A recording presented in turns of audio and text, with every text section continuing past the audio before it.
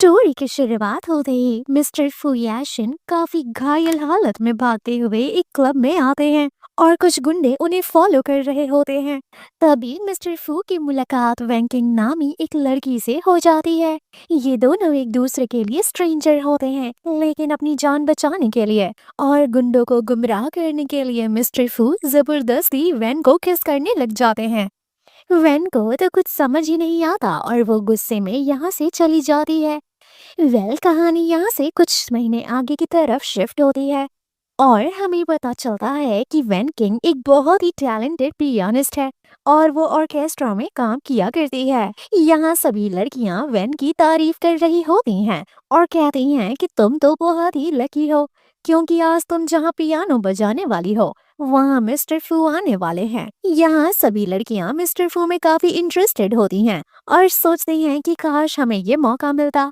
कुछ लड़कियां तो वैन को कहती हैं बहुत ही अच्छा मौका है, छक्का मार लेना, लेकिन वैन कहती है कि मैं ऑलरेडी कमिटेड हूँ और कोई भी मिस्टर फू जैसा इंसान मुझे अट्रैक्ट नहीं कर सकता।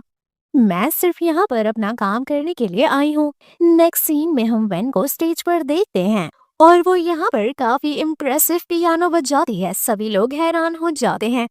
यहाँ वीआईपी सेक्शन में मिस्टर फुयाशन पहली दफा वैन किंग को देखता है और उसके लुक्स पर कमेंट करता है कि ये तो बहुत ही गॉर्जियस है।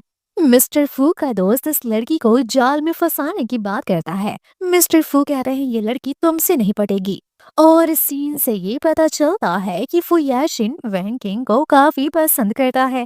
परफॉर्मेंस खत्म होते ही स्टेज पर वैन किंग का बॉयफ्रेंड उसे लेने के लिए आता है। तभी एक इंसान रोज लेकर आता है और कहता है कि वीआईपी सेक्शन से आपके लिए ये रोज भिजवाया गया है, लेकिन कमिटेड होने की वजह से ये किसी लड़के का दिया हुआ रोज एक्सेप्ट ही नहीं करती और ये देखकर मिस्टर फुयाशिन को काफी बुरा लगता है।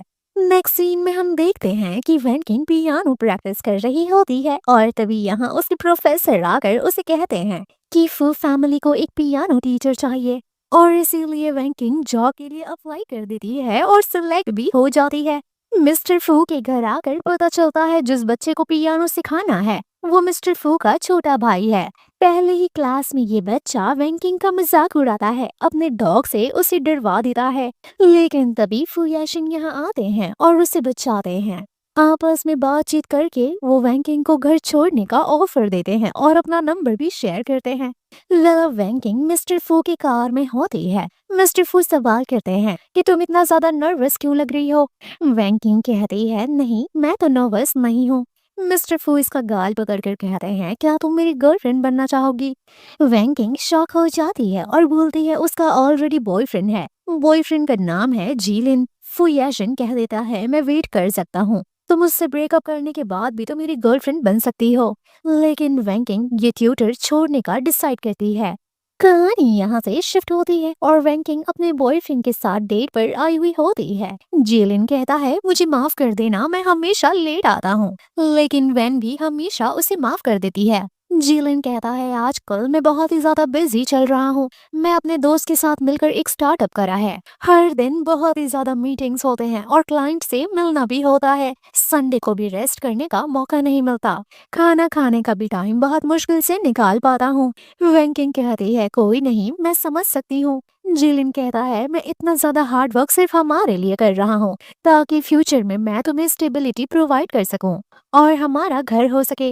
जिलिन कहता है जैसे ही मैं फ्री होता हूँ वैसे ही मैं तुम्हें अपने पेरेंट्स से मिलाने के लिए ले चलूंगा। यहाँ कोई चोरी छुपे इनकी तस्वीर निकाल रहा होता है और ये तस्वीर आती है मिस्टर फू के पास। मिस्टर फू ये तस्वीर देखकर काफी गुस्से में आ जाते हैं और ऑर्डर देते हैं कि जाकर पता करो कि इस आदमी का बैकग्राउंड क्या है।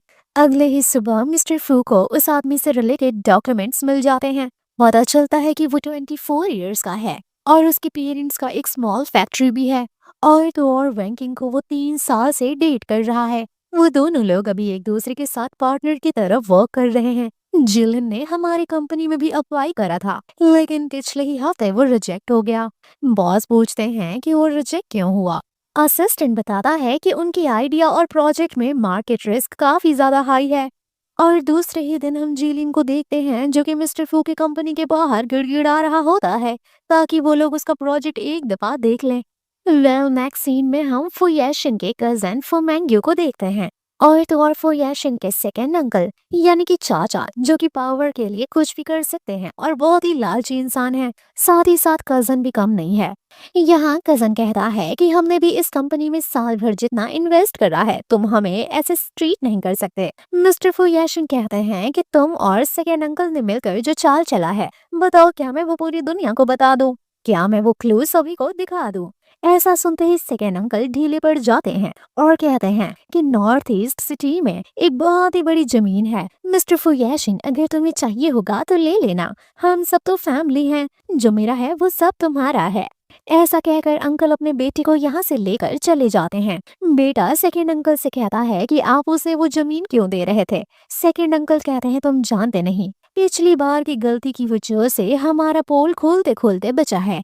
अगर हम ज्यादा टेढ़े होंगे तो फिर ये हमें जेल भिजवा सकता है, लेकिन हमें सीधे होकर कुछ प्लानिंग करनी होगी।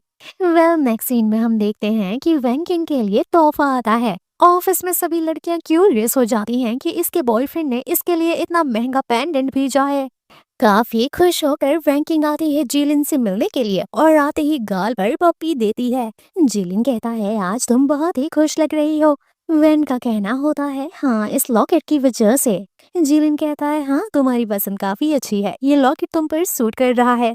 वेन काफी हैरान होकर सवाल करती है कि ये लॉकेट तुमने गिफ्ट में भेजा था ना?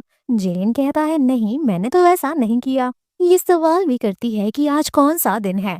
तो ये कहता है आज कौन सा दिन है, आज तो मंडे है। यानी कि इसे याद तक नहीं कि आज वेन का बर्थडे है। और ऐसा देखकर बेचारी को काफी बुरा लगता है।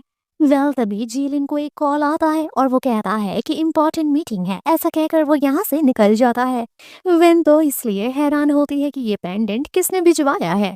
नेक्स्ट सीन में हम देखते हैं कि वैंकिंग कंपनी आती है वापस काम करने के लिए, और जिस कंपनी में ये काम करती है यहाँ मिस्टर फू ने कॉन्ट्रैक्ट साइन करा है और उनके प्रोजेक्ट को पास कर दिया है, जिस वजह से इस कंपनी के डायरेक्टर वेलकम करते हैं मिस्टर फू का। मिस्टर फू आते ही सभी के सामने वैन को कहते हैं अच्छा लगा तुमसे दोबारा मिलकर। डायरेक्टर सवाल करते हैं क्या तुम मिस्टर फू को जानती हो? ये कहती है हाँ, हम एक दो बार मिल चुके हैं। इसीलिए डायरेक्टर कंपनी की काम की रिस्पॉन्सिबिलिटी अकेले इसके हाथों में देकर मिस्टर फू के साथ इसे लगा देते हैं। ऐसे ही वैन कार में बैठती है। मिस्टर फू सवाल करते हैं कि वो नेकलेस कहाँ है?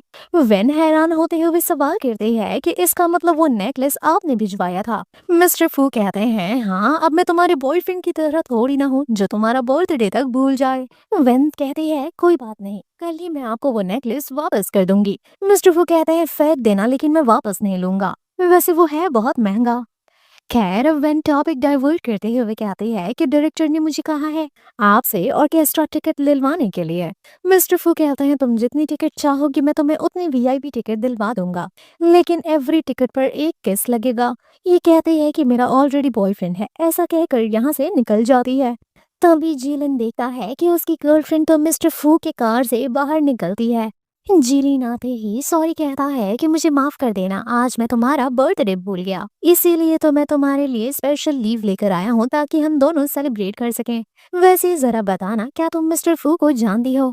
वेन बताती है कि हाँ, उन्होंने ऑर्केस्ट्रा खरीद लिया है और इसी वजह से मैं उनसे 2 दफा मिल चुकी हूँ। वेन अपने आप को जस्टिफाई करने की कोशिश करती है और कहती है गलत समझने की कोशिश मत करना, मैं सिर्फ हमारी कंपनी के लिए ऑर्केस्ट्रा टिकट लेने की कोशिश कर रही हूँ। जिलिन कहता है कि वहाँ पर तो यूजिन के टॉप इन्वेस्टर आने वाले हैं। ये सुनते ही ये बंदा इससे मदद मांगने लगता है कि अगर मैं वहाँ जा सका तो शायद मुझे न्यू इन्वेस्टर से मिलने का मौका मिल जाएगा। वेन कहते हैं लेकिन उन्होंने टिकट देने से मना कर दिया है। बॉयफ्रेंड कन्विंस करता है कि मुझे तुम पर भरोसा है, तुम ये कर सकती हो। जिलिन काफी रिक्वेस्ट करता है कि मैं काफी हार्ड वर्क कर रहा हूँ, अगर तुम मेरी इतनी सी भी हेल्प कर सकती हो तो कर दो। बॉयफ्रेंड की मजबूरी की वजह से वेन इसकी मदद करने के लिए राजी हो जाती है, जिसके बाद वेन आती है मिस्टर फू से मिलने के लिए। वेन मिस्टर फू से रिक्वेस्ट करती है ताकि उसका बॉयफ्रेंड उस पार्टी में एंट्री ले सके। ये सुनते ही मिस्टर फू याशन कहते हैं तो फिर तुम यहाँ मुझसे मिलने नहीं बल्कि अपने बॉयफ्रेंड की हेल्प करने के लिए आई हो। तुमने ये सोच भी कैसे लिया कि मैं तुम्हारे बॉयफ्रेंड की हेल्प करूंगा? मिस्टर फू बताते हैं कि तुम्हारा बॉयफ्रेंड यूजलेस है, मैंने उसके प्रोजेक्ट को एक बार नहीं बल्कि दो दो बार देखा है। उसकी टेक्नोलॉजी हमारे स्टैंडर्ड से बिल्कुल भी मैच नहीं करती, लेकिन मैं तुम्हारे लिए तुम्हारी हेल्प कर सकता हूँ। मिस्टर फू कहते हैं कि तुम्हारे कंपनी वालों को, तुम्हारे बॉयफ्रेंड को और तुम्हें तीनों लोगों को कंपनी में जगह मिल जाएगी। ऑर्केस्ट्रा अटेंड करने में कोई दिक्कत नहीं होगी, लेकिन तुम जानती हो कि मुझे क्या चीज की डिजायर है। वेन समझ जाती है कि मिस्टर फू क्या कहना चाह रहे हैं, इसीलिए वो उनके गाल पर किस करती है। मिस्टर फुयाशिन कहते हैं कि ये किस सिंसियर नहीं था और फिर वो उसे फोर्सफुली अपनी तरफ पकड़कर खींचते हैं और फोर्सफुली किस करते हैं, जिसके बाद ये डील कंप्लीट होती है। मिस्टर फू कहते हैं गेम तो अभी शुरू हुआ है। मिस वेन सारी बाथरूम में आकर रोते हुए अपने लिप्स को बार बार क्लीन करती है और अपने आप से सवाल करती है कि मैं ये सब क्या कर रही हूँ। और अब अपने आप से ये वादा करती है कि जो कुछ भी होना था वो हो गया और अब मैं इस इंसान से कभी नहीं मिलूंगी। इस कामयाबी की वजह से वेन के डायरेक्टर काफी खुश होते हैं और उसके साथ काम करने वाले भी काफी एक्साइटेड होते हैं कि उन्हें वीआईपी सीट मिलेगी। लेकिन ऑर्केस्ट्रा की एक लड़की लीना वेंगशिंग से जेलस होती है और पब्लिकली बोलती है कि वेंगशिंग ने अपने लुक्स का इस्तेमाल करके ये सब कुछ किया है। लेकिन तभी फुयाशिन यहाँ आता है और लीना को एक्सपोज करते हुए बोलता है कि तुमने खुद लास्ट ईयर एसोसिएट डायरेक्टर के थ्रू शॉर्टकट लिया था। ये पता चलते ही उसे उसी वक्त सस्पेंड करवा दिया जाता है। यहाँ ये दिखाया जाता है कि मिस्टर फुयाशिन वेन किंग को कितना प्रोटेक्ट करता है। वेन सवाल कहती है कि मिस्टर फू आप ये सब क्यों कर रहे हैं, कंपनी में सभी लोग अब हमारे बारे में क्या सोचेंगे। मिस्टर फू कहते हैं जिसे जो सोचना होगा वो सोचेगा, लेकिन तुम मेरी हो और तुम्हें प्रोटेक्ट करना मेरी जिम्मेदारी है। मिस्टर फू फिर से इसके साथ फ्लर्ट करने की कोशिश करते हैं, लेकिन वेन कहती है कि खबरदार अगर आपने थोड़ा सा भी आगे बढ़ने की कोशिश करा। आप हर चीज पावर के थ्रू हासिल करने की कोशिश करते हो, लेकिन मैं बता दूं कि मेरे साथ ये चीज इतना इजी नहीं होगा। ऐसा कहकर वेन यहाँ से चली जाती है। मिस्टर फू कहते हैं दुनिया में कोई ऐसी चीज नहीं जिसे मैं हासिल ना कर सकूं। नेक्स्ट सीन में वेन को कॉल आता है जीलिन का। जीलिन इसे रेस्टोरेंट में मिलने के लिए बुलाता है। ये लोग डिनर कर रहे होते हैं, लेकिन तभी जीलिन कहता है कि तुम्हारा मुंह इतना लटका हुआ क्यों है।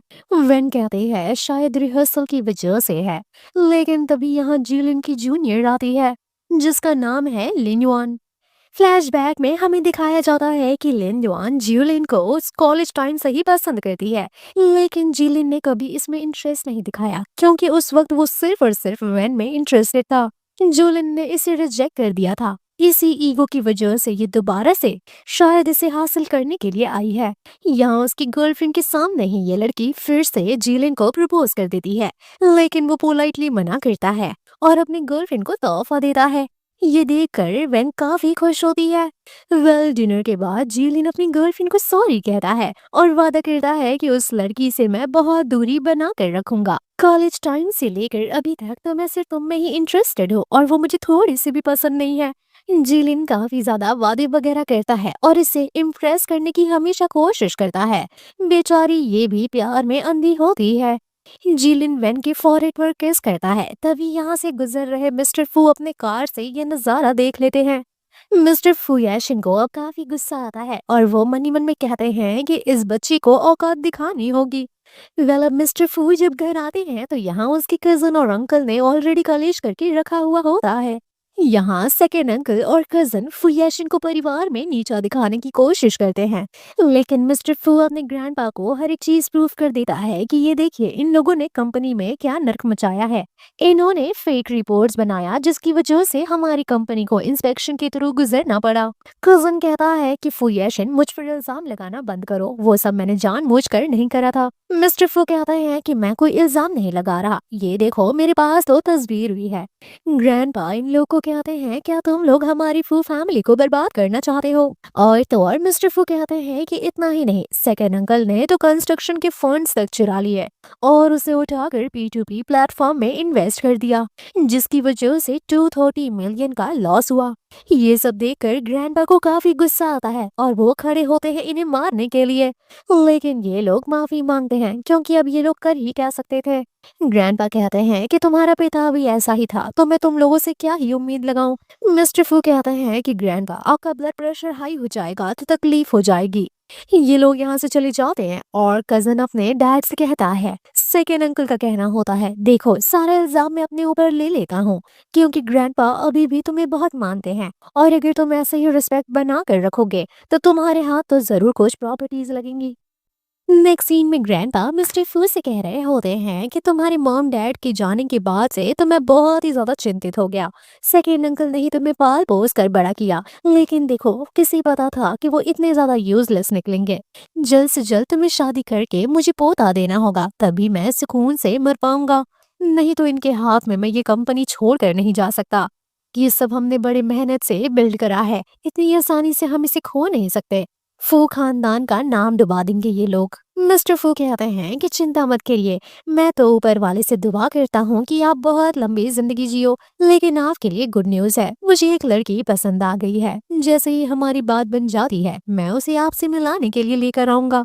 वेल स्टोरी शिफ्ट होती है उसी यूएचएन के पार्टी की तरफ जहां बहुत ही बड़े बड़े इन्वेस्टर्स आने वाले हैं।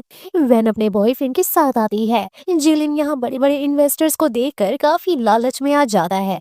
एक इन्वेस्टर से जब वो बातचीत कर रहा होता है तो उस इन्वेस्टर की गंदी नजर पड़ती है उसकी गर्लफ्रेंड पर। ये कोई और नहीं बल्कि मिस्टर फू का कजन ही होता है। इसका कहना होता है कि अगर ये ऑफर तुम्हारी गर्लफ्रेंड दे तो मैं एक्सेप्ट करने के लिए राजी हूँ।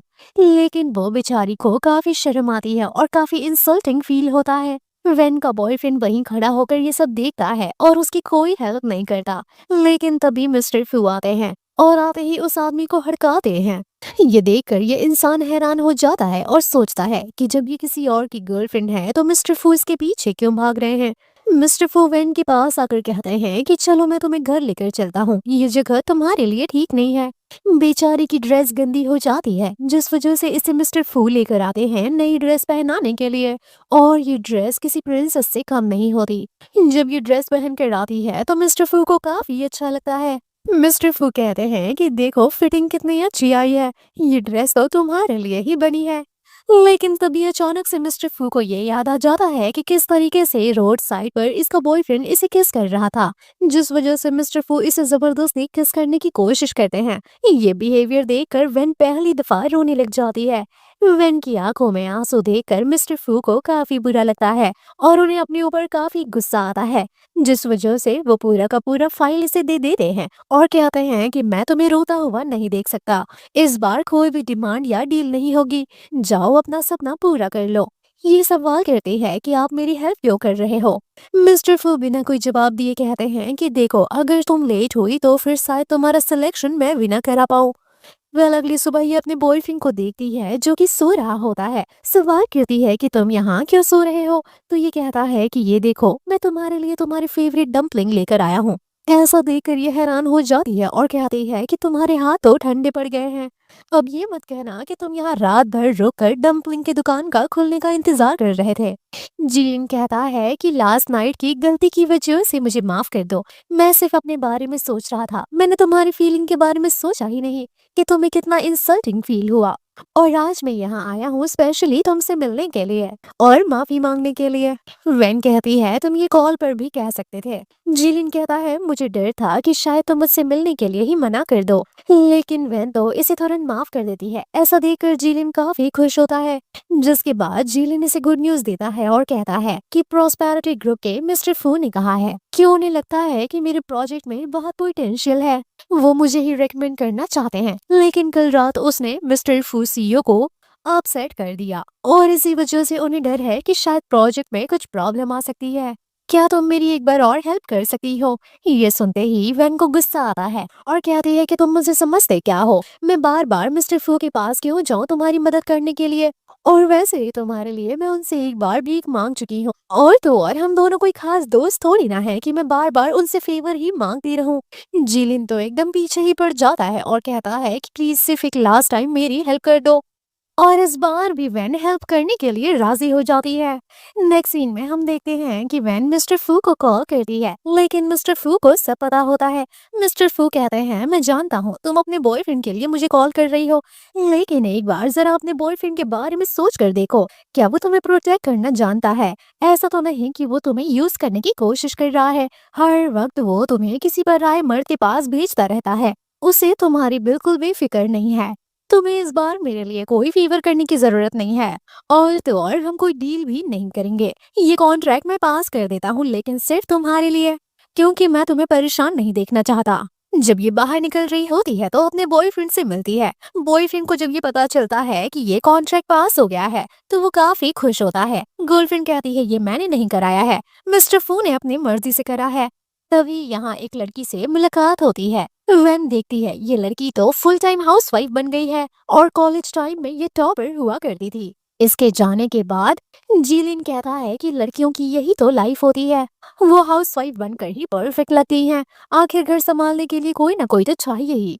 ये सब सुनकर वैन को काफी गुस्सा आता है और कहता है तो फिर तुम ऐसा सोचते हो, और वो गुस्से में यहाँ से चली जाती है। नेक्स्ट सीन में हम देखते हैं कि वैन को पता चलता है कि इसकी मॉम की तबीयत काफी ज्यादा खराब है, और वो इस वक्त हॉस्पिटल में है। जाते वक्त इसे गाड़ी नहीं मिल रही होती, तभी रास्ते में इसकी मुलाकात मिस्टर फू से होती है। मिस्टर फू को इमरजेंसी समझ आती है और वो इसे तुरंत हॉस्पिटल लेकर जाते हैं। मिस्टर फुयाशिन उसे हॉस्पिटल ले जाता है और पूरे टाइम उनकी सेवा करता है। वेन किंग की माँ को फुयाशिन बहुत पसंद आ जाता है। आंटी कहती हैं कि आंटी को जीलिन बिल्कुल भी पसंद नहीं है, लेकिन फुयाशिन उन्हें काफी पसंद आया। नेक्स्ट सीन में वेन मिस्टर फू को थैंक यू कहती है, लेकिन मिस्टर फू कहते हैं इतने से काम नहीं बनेगा, और वो उसे पकड़कर फोर्सफुली किस करने लग जाते हैं। वेन कहती है कि ये हॉस्पिटल है। मिस्टर फू कहते हैं मुझे फर्क नहीं पड़ता। दूसरी तरफ हम जीलिन को देखते हैं जो कि उसी शख्स के साथ मीटिंग करता है। यहाँ पर इस शख्स का कोई बड़ा माइंड गेम होता है और वो इसे पागल बनाकर यूज कर रहा होता है। जीलिन को तो ऐसा लग रहा होता है कि इसने अपने टैलेंट के बेस पर बहुत ही बड़ा प्रोजेक्ट साइन करा लिया है, लेकिन इसके पीछे तो कोई और गेम होता है। जिसके बाद जीलिन अपनी गर्लफ्रेंड के पास रोज बुके लेकर आता है। वेन कहती है इतना बड़ा बुके किस लिए। जीलिन कहता है कि पिछले कुछ दिनों से मैं बहुत ही गलतियां कर रहा हूँ, लेकिन इस बार भी जिलिन का कोई प्लान होता है और वो इसे यूज करने के फिराक से आया हुआ होता है। हमेशा की तरह वैन तो इसे माफ ही कर दिया करती है। ये दोनों लोग जब यहाँ रेस्टोरेंट में बैठे हुए होते हैं तभी मिस्टर फू का एक आदमी इनकी तस्वीर ले लेता है। मिस्टर फू ये तस्वीर देखकर काफी ज्यादा गुस्से में आ जाते हैं और वो चलती हुई मीटिंग बीच में ही रोक देते हैं। लेकिन रात के वक्त मिस्टर फू अचानक से वैन को बीच रोड पर भागता हुआ देखते हैं। यहाँ अजीब सा इंसान वैन को परेशान करने के लिए भी आता है, लेकिन सही वक्त पर मिस्टर फू आ जाते हैं। मिस्टर फू को देखते ही वो उन्हें गले लगा लेती है। बेचारी काफी रो रही होती है। मिस्टर फू का पहला सवाल यही होता है कि जीलिन कहाँ है। बेचारी वैन शांत होती है और कोई जवाब नहीं देती। मिस्टर फू उसे गोद में उठाकर घर ले आते हैं। दूसरी तरफ जीलिन, जिसे मीटिंग खत्म करते करते काफी रात हो जाती है, तभी याद आता है कि अपनी गर्लफ्रेंड को भी पिक करना था। वो बेचारा परेशान होते हुए भागता है। दूसरी तरफ मिस्टर फू और वैन एक साथ वैन के घर पर होते हैं। तभी दरवाजे पर जीलिन की आवाज आती है और वो दरवाजा नॉक करता है। मिस्टर फू दरवाजा खोलने से मना करते हैं और कहते हैं कि अगर आज वो मेरे सामने आया तो वो जिंदा नहीं बचेगा। जब उसका बॉयफ्रेंड कॉल करता है तो जीलिन मैसेज करके रिस्पॉन्स करती है कि मैं घर पर नहीं हूँ, मैं मामा के पास हूँ। काफी ज्यादा गुस्से में होती है, इसी वजह से वो मिस्टर फू पर ही हाथ उठा देती है, लेकिन मिस्टर फू कोई रिस्पॉन्स नहीं करते और वो हमेशा की तरह सिर्फ फोर्सफुली किस करते हैं। और आज मिस्टर फू पहली दफा कहते हैं कि तुम चाहे किसी से प्यार करो, लेकिन मैं सिर्फ तुमसे प्यार करता हूँ। मिस्टर फू को आज समझ में आ जाता है कि ये काफी ज्यादा डरी हुई और परेशान है। उसे बेड पर जाकर सोने के लिए कहते हैं और कहते हैं कि मैं आज यही रुकूंगा, लेकिन दूसरी जगह सोऊंगा। ये सब देखकर वैन को काफी बुरा लगता है और वो मनी मन में सॉरी कह रही होती है। सुबह जब उठती है तो मिस्टर फू जा चुके होते हैं इसके लिए ब्रेकफास्ट बनाकर, और लेटर छोड़कर गए हुए होते हैं कि रात के लिए मुझे माफ कर देना, लेकिन अगर मुझे बार बार मौका मिलेगा तो मैं बार बार करता रहूंगा जब तक तुम राजी ना हो जाओ, और खाने से पहले 5 मिनट्स माइक्रोवेव जरूर कर लेना। ये सब देकर मैसेज में वो मिस्टर फू को थैंक यू लिखती है। दूसरी तरफ हम जीलिन को देखते हैं जिसका पूरा का पूरा 10 मिलियन जो कि उसने इन्वेस्ट करा हुआ होता है सिर्फ उसी इंसान के कहने पे, वो पूरा वेस्ट हो जाता है। ना तो वो लोग इसके साथ इंटरेक्ट करते हैं और ना काम करने के लिए राजी होते हैं। पूरा पैसा बर्बाद होने के गम में ये ड्रिंक कर रहा होता है। तभी इसकी मुलाकात होती है कॉलेज टाइम वाली विनयॉन के साथ। लिनवान कहती है कि मैंने सुना है कि तुम्हें इन्वेस्टर्स की तलाश है, तुम किसी बहुत बड़े प्रोजेक्ट पर काम कर रहे हो। मेरे डैड लिन ग्रुप में चेयरमैन है, अगर तुम चाहो तो मैं तुम्हारी हेल्प कर सकती हूँ। लिन ग्रुप का नाम सुनकर यह हैरान हो जाता है क्योंकि ये भी कोई मामूली कंपनी नहीं होती। लिनवान जीलिन को सिड्यूस करने लग जाती है और यहाँ अब इन दोनों लोगों का कोई अलग ही गेम चलने वाला है। जेलिन ड्रिंक करते करते बेहोश हो जाता है, काफी नशे में हो जाता है। और जब सुबह इसकी नींद खुलती है तो ये देखता है कि इसके कपड़े ही नहीं होते। जैसे ही इसे रियलाइज होता है कि इसने किसी और लड़की के साथ वन नाइट स्टैंड किया है, वैसे ही ये अपनी गर्लफ्रेंड की फोटो देखकर सॉरी कहता है। यहाँ पर मिस्टर जीलिन को ये लालच देती है कि मैं आपको ये कॉन्ट्रैक्ट देती हूँ, लिन ग्रुप में एंटर करने का पूरा रिसोर्सेज देती हूँ, लेकिन उसके बदले में आपको सिर्फ मुझे डेट करना होगा।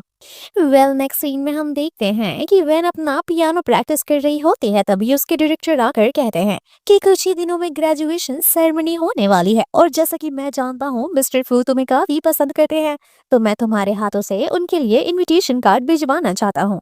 मनी मन में ये सोचती है कि लास्ट टाइम जो कुछ भी हुआ था उसके बाद मिलना ठीक होगा या नहीं। जैसे ही मिस्टर फू याशिन से मिलने के लिए आती है तो यहाँ मिस्टर फू को किसी और लड़की के साथ देखती है जो मिस्टर फू के काफी क्लोज आती है। वेन को तो लगने लग जाता है कि शायद वो मिस्टर फू याशिन की गर्लफ्रेंड है और बेचारी का मुंह बन जाता है। नेक्स्ट सीन में हम देखते हैं कि मिस्टर फू वेन को कॉल लगा रहे होते हैं तो पता चलता है कि वेन ने मिस्टर फू को ब्लॉक कर दिया है। हमें पता चलता है कि ये लड़की तो मिस्टर फू की बहन है, लेकिन बिल्कुल दोस्त जैसी। सिस्टर सवाल करती है कि किस लड़की ने मिस्टर फू का दिमाग खराब करा है, कहीं ये वही स्वीट हार्ट तो नहीं जिसे अब ग्रैंडपा से इंट्रोड्यूस कराने वाले थे। यहाँ सिस्टर प्लान करने लग जाती है कि मैं आपको एक एक स्टेप बताऊंगी कि उस लड़की को अपने जाल में कैसे फंसाना है। मिस्टर फू भी अपनी बहन की बात मानकर सारी मीटिंग कैंसिल कर देते हैं और जो जो सिस्टर बोलती है वही करते हैं। दूसरी तरफ हम देखते हैं कि जीलिन और लिनवान आए हुए होते हैं लिनवान के पेरेंट्स से मिलने के लिए। जीलिन काफी ज्यादा नर्वस हो रहा होता है। लिनवान कहती है घबराने की कोई जरूरत नहीं है, मैं तुम्हारे साथ हूँ। दूसरी तरफ हम देखते हैं कि वैन की मम्मा हॉस्पिटल से डिस्चार्ज होने वाली होती हैं और वो सवाल करती है कहाँ है वो तुम्हारा सो कॉल्ड बॉयफ्रेंड। मैं हमेशा कहती हूँ कि वो तुम्हारे लायक नहीं है, सिर्फ वो तुम्हारा इस्तेमाल कर रहा है। तभी यहाँ पर मिस्टर फू आ जाते हैं। मिस्टर फू को देखते ही आंटी काफी खुश होती हैं। वो उन्हें पकड़कर घर ले आती हैं और कहती हैं कि बिना डिनर किए तो अब मैं तुम्हें जाने नहीं दूंगी। आंटी इन दोनों के लिए डिनर बनाने के लिए जाने लगती हैं।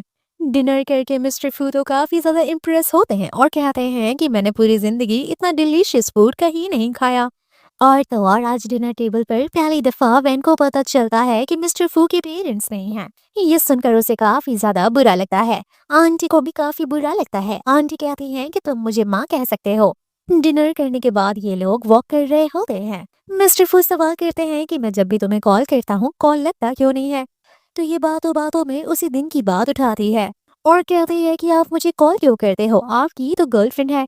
ये सब सुनकर मिस्टर फू समझ जाते हैं और कहते हैं कि कहीं तुम्हें जेलसी तो नहीं हो रही।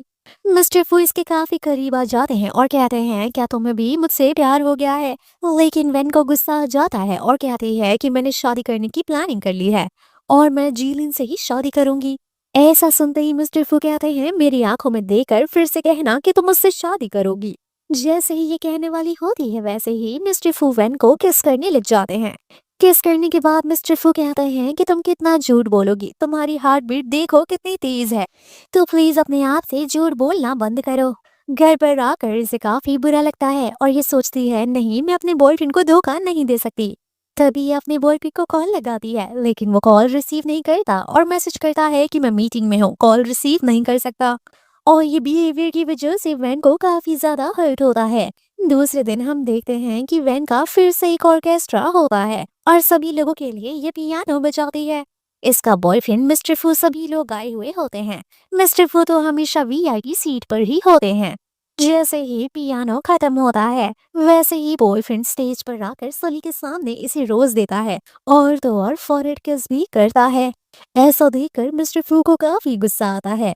बैक स्टेज पर ले जाकर वो बहुत ही मिसबिहेव करने लग जाते हैं। यहाँ से कहानी शिफ्ट होती है और हम स्टोरी में बहुत ही बड़ा ट्विस्ट देखते हैं। वैन एक रेस्टोरेंट में आती है जहां वो जीलिन और लिन वॉन को नंगे हाथों पकड़ लेती है। जीलिन एक्सक्यूज बनाता है कि मुझे फंडिंग चाहिए थी, लेकिन लियोन खुलेआम कहती है कि अब मैं उसकी ऑफिशियल गर्लफ्रेंड बन चुकी हूँ। लेकिन ऐसा सुनकर वैन उसे थप्पड़ मारती है और ऑफिशियली ब्रेकअप कर लेती है। यहाँ मिस्टर फुयाशन भी होते हैं जो कि जीलिन को काफी ज्यादा थ्रेटन करते हैं। वेल फाइनली इन दोनों का ब्रेकअप हो जाता है, जिसके बाद हम देखते हैं कि ब्रेकअप के तुरंत बाद मिस्टर फू वैन किंग को डेट पर ले जाता है और उसे समझाता है कि उसने पहली बार उसे एक क्लब में तब देखा था जब वो पियानो बजा रही थी। पता चलता है कि वो वीआईपी गिफ्ट भी उसी ने भेजा था। वो कहता है मैं पहले दिन से तुम्हारे पीछे पड़ा हूँ, लेकिन सीरियसली वो उसे 3 मंथ का टाइम मांगता है ऑफिशियली डेट करने के लिए। और तो और वैन किंग फाइनली हाँ कर देती है। वेल नेक्स्ट सीन में हम देखते हैं कि वर्क के लोड की वजह से इसकी तबीयत थोड़ी गड़बड़ हो जाती है और तो और इसे पीरियड्स भी आ जाते हैं। अब पहले मिस्टर फू की कभी गर्लफ्रेंड नहीं रही है तो उन्हें समझ ही नहीं आता कि क्या करना है। वो पहुंच जाते हैं अपनी गर्लफ्रेंड के लिए सामान लेने। उन्हें यहाँ पर भी समझ नहीं आता कि क्या लेना है। एक लेडी हेल्प करती है, लेकिन वो थोड़ा मोड़ा सामान नहीं बास्केट भर के सामान उठा लाते हैं। मिस्टर फू को बहुत ही ज्यादा नर्वसनेस होती है। वो इसके लिए चाय भी बना कर लाते हैं। तभी वो अपनी सिस्टर को कॉल लगाते हैं। सिस्टर कहती है बात आगे बढ़ी या नहीं। मिस्टर फू कहते हैं कि अभी वो पीरियड पर है। सिस्टर कहती है फोन जरा स्पीकर पर रखना। फोन स्पीकर पर रखते ही सिस्टर वेन से कह देती है कि मेरा भाई एक नंबर का गवार है, आज तक उसने किसी लड़की को डेट तक नहीं करा, तो मैं उसकी तरफ से सॉरी कह देती हूँ अगर उसने कोई गलती कर दी हो तो। ये सब देखकर भाई सोचता है कि ये लड़की तो मेरी वाट लगाने पर पड़ी हुई है। जितना हो पाता है मिस्टर फू इसके लिए करते हैं और फिर जाकर वो काउच पर सो जाते हैं। आधी रात को नींद में ये उठकर आती है और मिस्टर फू को चादर उड़ाती है। मिस्टर फू को बैठकर देखने लग जाती है और सोचती है कि वैसे ये काफी इनोसेंट और काफी क्यूट लग रहा है। जब ये यहाँ से चली जाती है तो मिस्टर फू जाग जाते हैं। वो नींद में नहीं होते और उन्हें सब पता चल जाता है। नेक्स्ट मॉर्निंग हम देखते हैं कि मिस्टर फू की नींद नहीं पूरी हुई होती है, इसीलिए वो ऑफिस जाते वक्त कार में वैन की शोल्डर पर ही सर रखकर सो जाते हैं।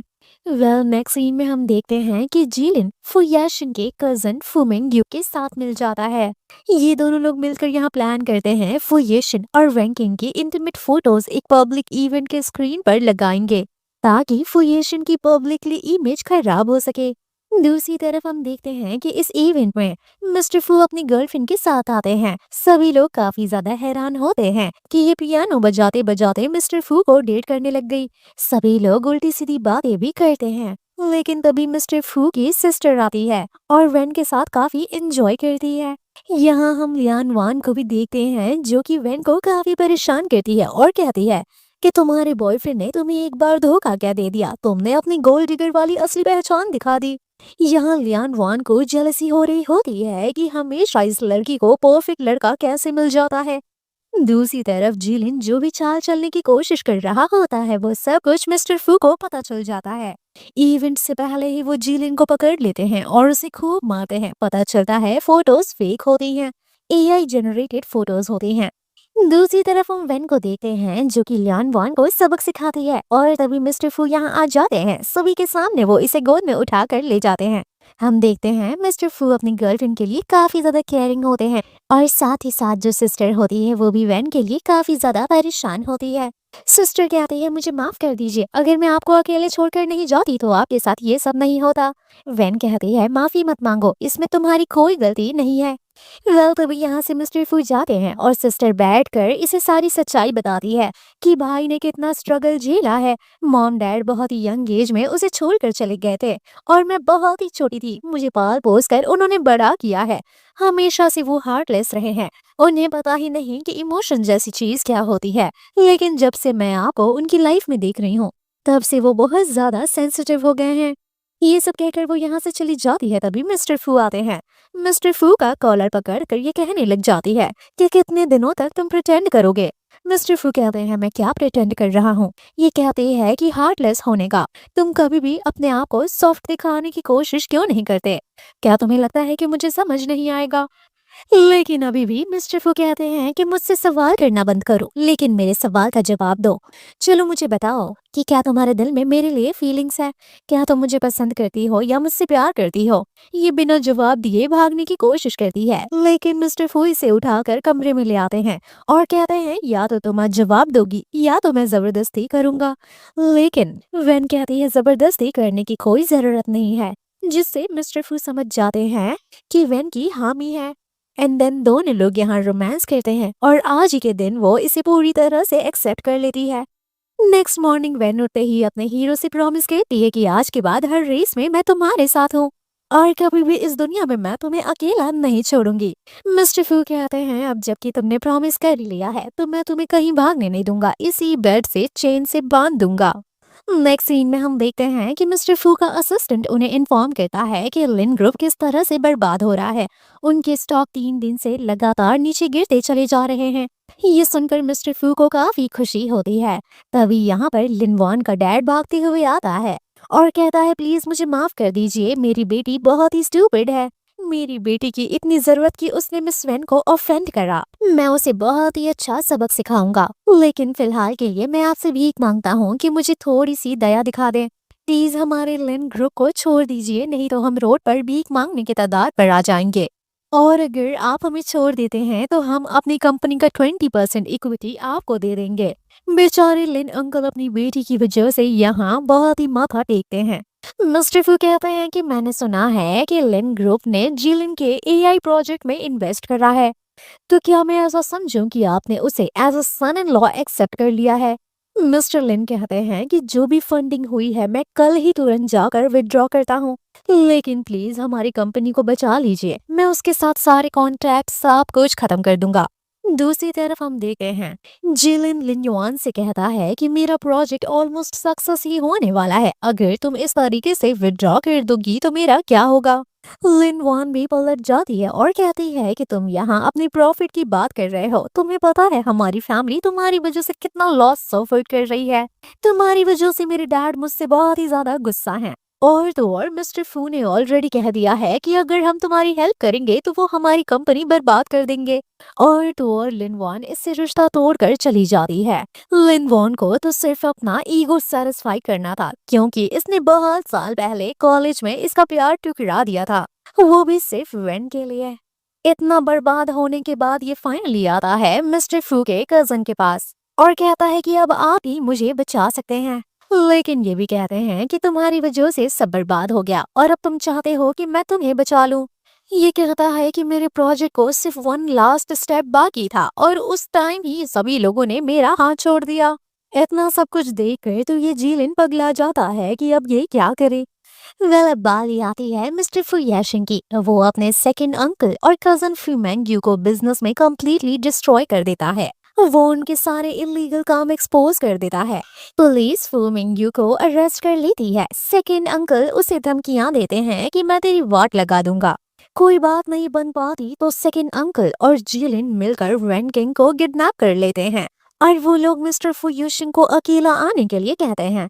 मिस्टर फुयूशन अकेला आता है। जिलिन उसे कहता है मेरे आगे घुटनों के बल बैठ जाओ। मिस्टर फुयूशन वेन किंग की सेफ्टी के लिए घुटने टेक देता है, लेकिन तभी पुलिस आ जाती है।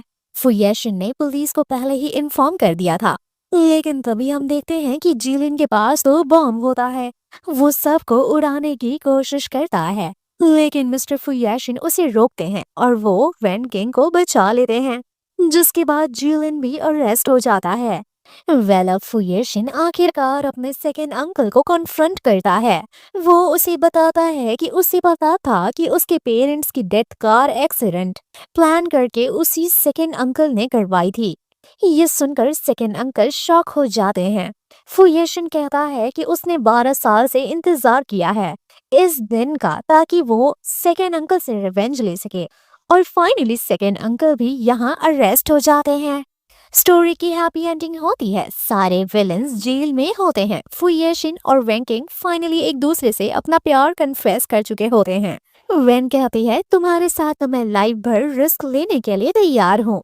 फुयेशिन उसे प्रपोज करता है और दोनों ऑफिशियली एक दोनों के साथ हो जाते हैं और स्टोरी खत्म होती है इसी स्वीट मोमेंट के साथ। तो हम मिलते हैं आपसे अगली वीडियो में। तब तक के लिए take care, bye bye and thank you for watching.